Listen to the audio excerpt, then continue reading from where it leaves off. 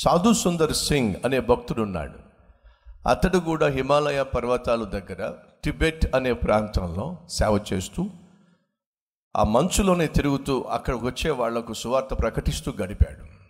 ఒకరోజు ఆ పర్వత శ్రేణులు నడుచుకుంటూ వెళ్తున్నప్పుడు సడన్గా మంచు తుఫాను వచ్చింది. ఆ మంచు తుఫాను వచ్చినప్పుడు అమాంతంగా వీళ్ళను మంచు కప్పేస్తుంది. తప్పించుకోకపోతే ప్రాణాలు పోతాయి. ఈ మంచు తుఫాన్లో తప్పించుకోవాలి, క్షేమంగా గురికి చేరిపోవాలి, గమ్యానికి చేరిపోవాలి అని చెప్పి తాను వెళ్తున్నప్పుడు తనతో పాటు తన స్నేహితుడు కూడా వస్తున్నాడు.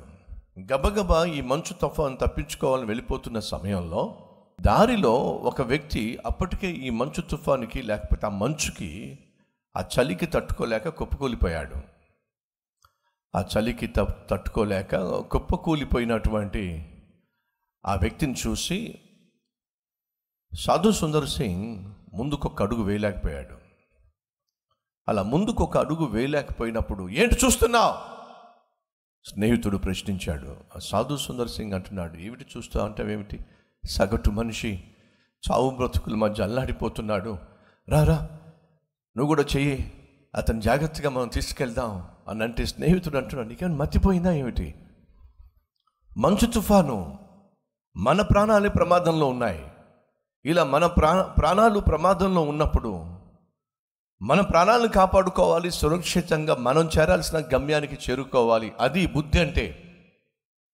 అంతేగాని మన ప్రాణాలు పనంగా పెట్టి వాడిని కాపాడుతానంటావేమిటి? నువ్వు కూడా పోతావు. సాధు సుందర్ సింగ్ అన్నాడు, అదేమిటి?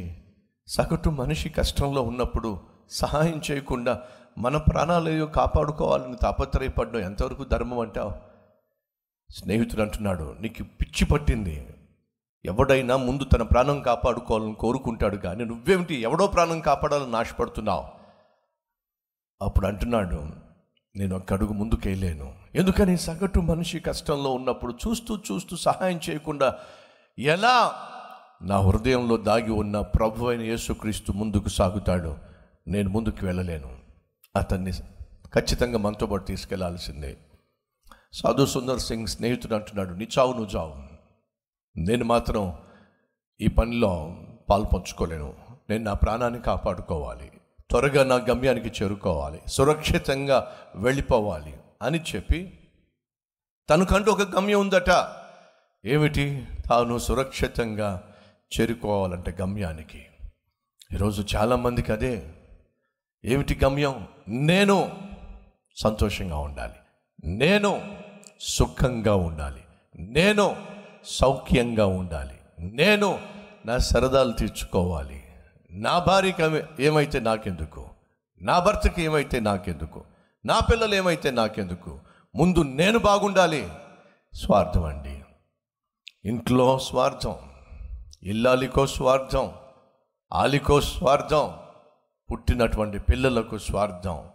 అమ్మ ఏమైతే నాకేంటి, నాన్నకేమైతే మాకేంటి, మా కుటుంబాలు లేవా, మా కష్టాలు లేవా, మాకు సమస్యలు లేవా, మాకు రోగాలు లేవా, మాకు ఆర్థిక ఇబ్బందులు లేవా, అమ్మను చూసుకోవాలి, నాన్నను చూసుకోవాలి అని చెప్పి కూర్చుంటే మమ్మల్ని ఎవరు చూసుకుంటారు? స్వార్థం. స్వార్థంతో ఆ వ్యక్తి నేను బాగుండాలని చెప్పి, నేను క్షేమంగా ఉండాలని చెప్పి ముందుకెళ్ళిపోయాడండి. దేవుని ప్రేమను రుచి చూసిన సాధు సుందర్ సింగ్ ముందుకు వెళ్ళలేకపోయాడండి. కష్టమైనా సరే తానే ఆ పడి ఉన్న వ్యక్తిని తన భుజం మీద వేసుకున్నాడండి. అలా తన భుజం మీద వేసుకున్నప్పుడు ఇప్పుడు చెప్పండి, మంచు పర్వతాలు, భయంకరమైనటువంటి ఎముకలు కొరికేటటువంటి చలి, ఆ ఎముకలు కొరికే చలిలో ఒక వ్యక్తిని తన భుజం మీద వేసుకుని మోసుకుని వెళ్తున్నప్పుడు ఏం జరుగుతుందో చెప్పండి. ఆ రెండు శరీరాల రాపిడి వల్ల సాధు సుందర్ సింగ్కి వెట్ట పుట్టింది. తన శరీరం వల్ల వెనకున్న వ్యక్తికి వెట్ట పుట్టింది, వేడి పుట్టింది. వీళ్ళిద్దరి శరీరాలు ఒకరికి ఒకరి రాపిడి వల్ల ఇద్దరి శరీరాలు వేడిగా తయారైనాయి.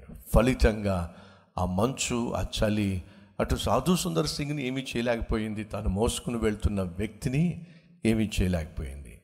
ఏదైతే కష్టం అనుకున్నాడో తను ఇష్టంగా తన భుజం మీద వేసుకున్నప్పుడు అది సాధు సుందర్ సింగ్కి వేడిని పుట్టించింది. అతన్ని మోసుకుంటూ హాయిగా వెళ్ళిపోతున్న సమయంలో ఎవరో రోడ్డు పక్కన పడి ఉన్న వ్యక్తి కనిపిస్తే, అయ్యయ్యో మరొకడు పడిపోయాడే అని చెప్పి సాధు సుందర్ సింగ్ అతని పరిశీలనగా చూస్తే ఎవరో కాదండి, నేను బాగుండాలి, నేను సురక్షితంగా నా గమ్యానికి చేరుకోవాలి అని ముందుగా వెళ్ళాడు. చూసారా స్నేహితుడు? వాడేనండి.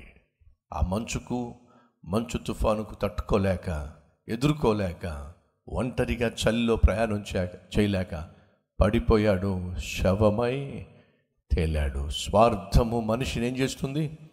చంపేస్తుందండి. క్రీస్తు ప్రేమ ఏం చేస్తుందో తెలుసా? బ్రతికిస్తుంది, అనేక మందికి బ్రతుకునిస్తుందండి. అది సాధు సుందర్ సింగ్ చూపించిన ప్రేమ.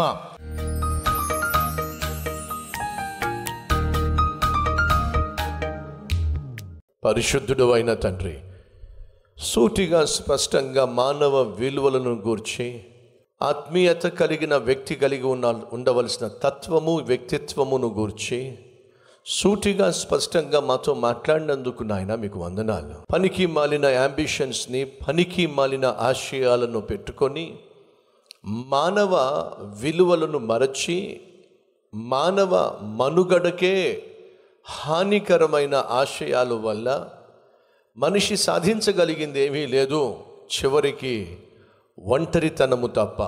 అట్టి స్థితికి రాకమునిపే మేమందరం మా తప్పు తెలుసుకోవాలని, నిన్ను కలిగి నీ ప్రేమను పంచటమే మా జీవిత ధ్యేయమని, ఆ ప్రేమను 10 మందికి నాయన చూపించటమే మా బ్రతుకుకు సార్థకమని విలువైన సందేశాన్ని మాకు అందించావు.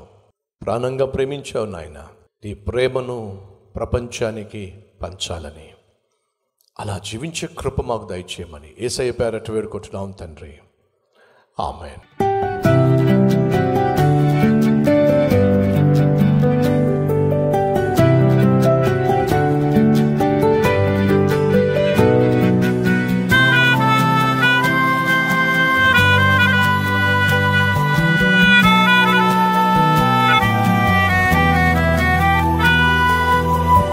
సందేశం మీకు ఆశీర్వాదకరంగా ఉంటే 10 మందికి షేర్ చేయండి, లైక్ చేయండి, మీకు నచ్చిన కామెంట్ పెట్టండి. మళ్ళీ రేపు ఇదే మార్నింగ్ డివోషన్లో కలుసుకుందాం. షలోమ్.